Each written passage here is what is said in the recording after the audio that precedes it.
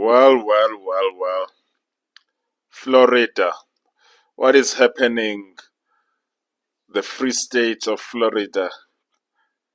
Governor Ron DeSantis has directed Florida's Board of Governors to crack down on H-1B visa abuse, announcing that Florida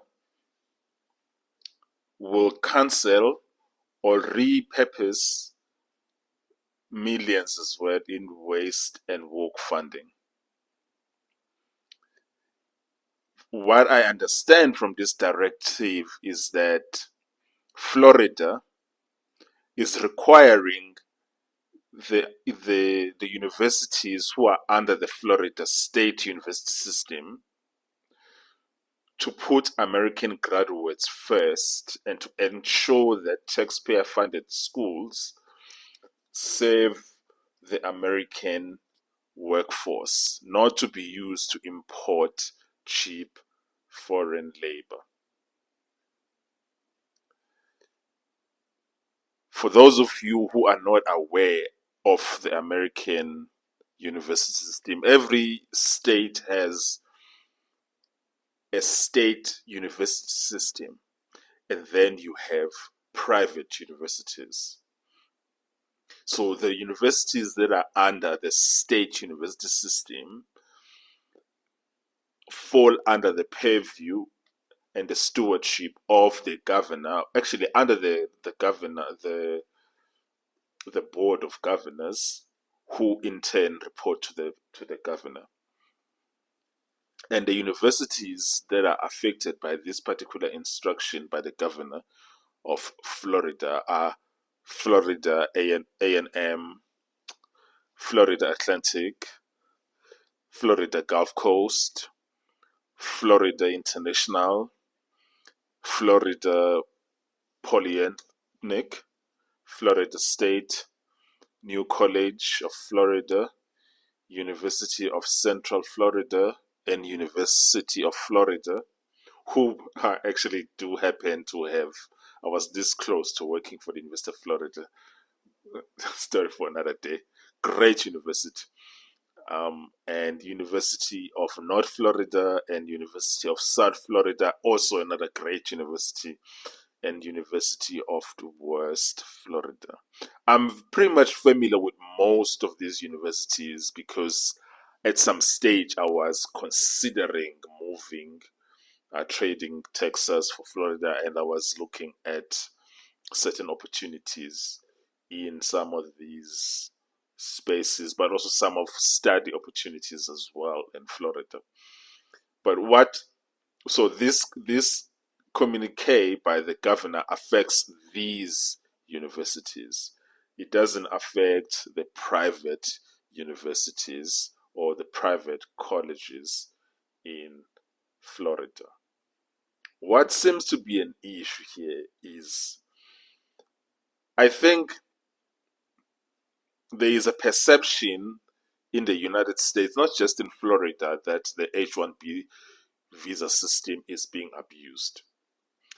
The extent of which, how much are these visas being abused, I actually don't know, because I'm not aware of any study that has been done to understand how much they are being abused. But let's just say that yes, this visa system is being abused by employers who sometimes put forward foreign candidates who don't qualify for them, in a way of subverting the process of hiring Americans.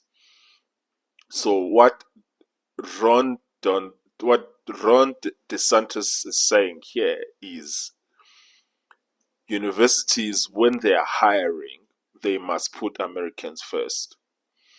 But from what I'm seeing, he's taking it to the point of saying that he doesn't want universities to hire foreigners at all. I don't know to what extent that would be possible. I think there might be some arguments for for saying, for instance, in the humanities faculty, for instance, humanities, education, arts, things like that, there is absolutely no reason why American universities should be hiring foreigners for that. I would even go as far as that for most of these other, like in business schools, for instance, I don't see why they should be hiring foreigners. But now, when you go into areas like in engineering faculties and in medicine and medical school and in the sciences, it becomes very difficult to argue that American universities should not be hiring foreigners, because many of these foreigners are some of the best, are some of the smartest people, not just in their countries, smartest people in the world. People who are in the top percentile of IQ in the world. People maybe like, I'm remembering now a classmate of mine at the University of Cape Town who, on his year, he was the top student at the Democratic Republic of Congo. And then when he came to the University of Cape Town as well, I think he he finished third or fourth in a class of 300 students in chemical engineering, which is one of the hardest programs in the university, if not the hardest program. And so immediately he left Cape Town and he came to the United States before many of us, by moving to. He went to Penn State, actually.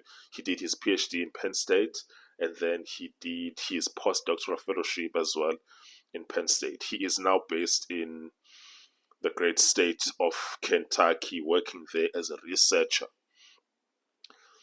And it will be very difficult for anyone anywhere in the world to argue that a guy like that should not be hired. He is the guy who introduced me to nanotechnology 15 years ago. I didn't even know what that shit was. He introduced me to nanotechnology, and I can't imagine now, like, my life without nanotechnology. But I didn't even know what that was at the time. That is how far advanced he was. So I can't imagine how any country in the world wouldn't want that guy to come and contribute in the creation of of new knowledge, and in the teaching of new young students in engineering and in the sciences.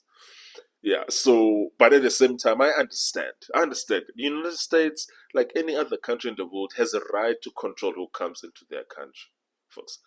Let's just be honest about that. Every country in the world has a right to decide who is able to come in, under what circumstances are they able to come in. If any country decides that we're going to limit the coming in of people into our country for this or that reason, they're within their rights. So I don't think that it would be wise for anyone to start passing judgment on this policy.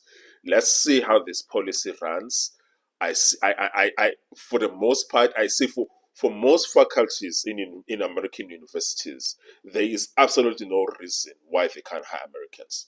There's absolutely no reason why they hire someone from South Africa or from anywhere in the world to come and be a assistant professor in sociology, or to come and be an associate professor in English. That just makes no sense at all. There are enough Americans who have PhDs in these things and who have enough experience and training who can fill these positions. So for many of these, or whatever it is, public policy or social justice, whatever program we can think of that is in the humanities, I don't see why those positions should not be, I can even say, 100% filled by Americans. They should be 100% filled by. I can even go as far as law schools as well should be 100% filled by Americans in terms of the positions. Where it gets really tricky is here on the rare skills of sciences and engineering and technology and medical sciences. That's where really there is a competition even for the best minds in the world. But I suppose also some of this issue of saying that the system is being abused is that they are saying that the United States is not getting the best minds. But I highly doubt it that universities in the United States when they are hiring as an assistant professor who comes from India, that they pay him or her less than what they'll be paying an assistant professor from Baltimore. These salary bands for these academic positions are very, like, they are well defined, they are well controlled. Um, it's unlikely. It's unlikely that the salaries would be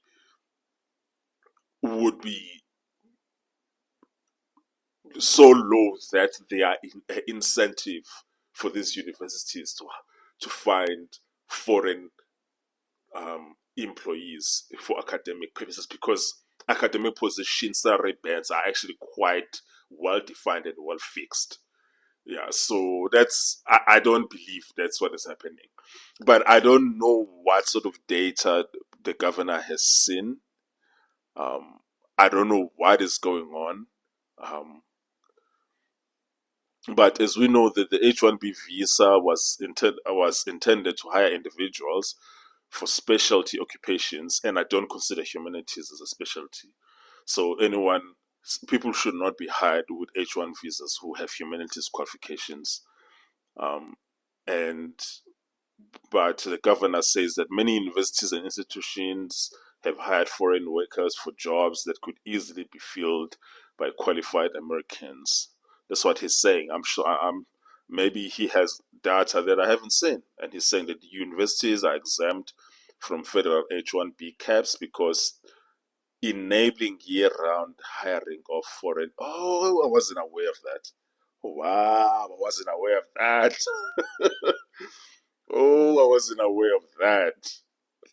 Because I was aware that every company has a limit in terms of how many H-1B visas it can sponsor.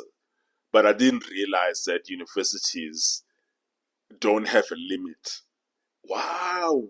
Wow. This is wild. This is wild. This is wild. Yeah, but yeah, anyways. But I would say then though, um, when it comes to rare skills in engineering and in the STEMs, um, they might want to reconsider that. But when it comes to these woke programs in the humanities, I fully support it completely and absolutely without any equivocation. Let me know what you think about Governor Ron DeSantis' decision to suspend or to limit the use of H-1B visas. Ron DeSantis, who, by the way, is a great governor of the great state of Florida. Yeah, so I'm unlikely to criticize him much. I think he's probably has seen data that I haven't seen. He's probably justified for the most part.